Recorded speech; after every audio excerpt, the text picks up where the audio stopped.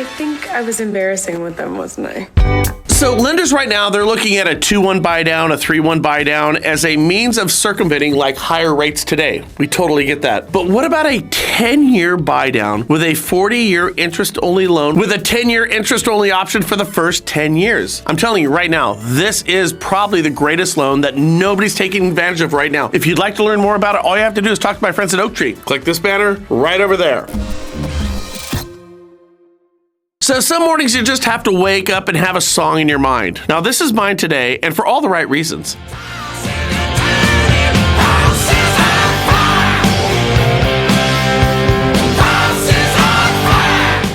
Seriously, sometimes we just have to look at what might be deemed negative with a steadfast understanding that something good is going to come at the price we pay for today's nonsense. And I truly, truly believe this. So yes, the roof is on fire, and perhaps we just need to let this thing burn a little bit. Now with that said, can you imagine being at McDonald's and not wanting to make a burger? GM, no Corvettes, no, that's not a good thing. What about going to Hershey's? Anything but making chocolate, we don't want to do that one. And of course, Harvey Weinstein, a consensual relationship.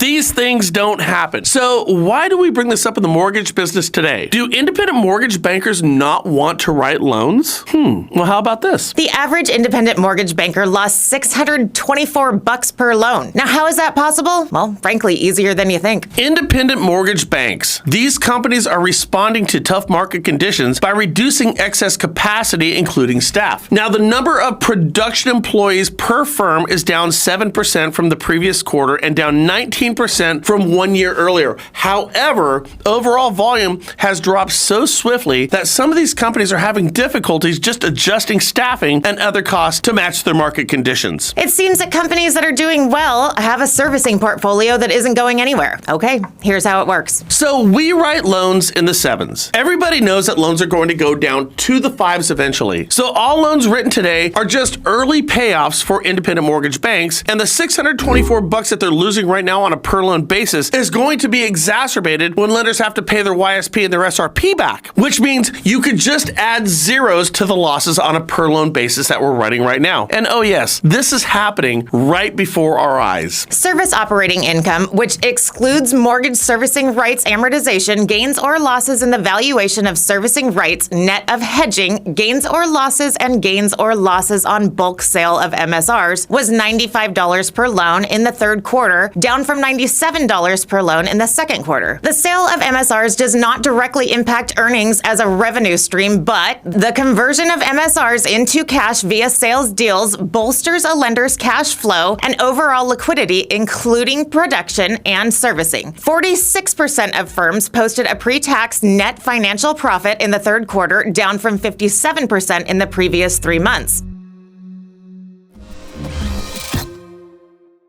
This is actually really good news. Really good news. It may not sound like good news, but it really is. 37% of real estate offices couldn't afford to pay their rent. Now, let me ask you this. Would the real estate community be better with 37% less agents? I say we make it around 50%. And while we're at it, could we cull the herd of lenders too? The survey from small business networking company Alignable specifically found that small real estate companies had a rent delinquency rate of 37% in October. That's up from just 27% the month prior. Alignable's report on the survey notes that this upward tick is not surprising given the state of the housing market in so many regions. I mean, does this make sense why it makes good sense? How about this for an analogy? Fire removes low-growing underbrush. It cleans the forest floor of debris. It opens it up to sunlight and nourishing the soil. Reducing the competition for nutrients allows established trees to grow stronger and healthier. Now, history teaches us that hundreds of years ago, forests had fewer, yet larger, healthier trees. And finally, if you want to see what's happening with home prices, check this one out.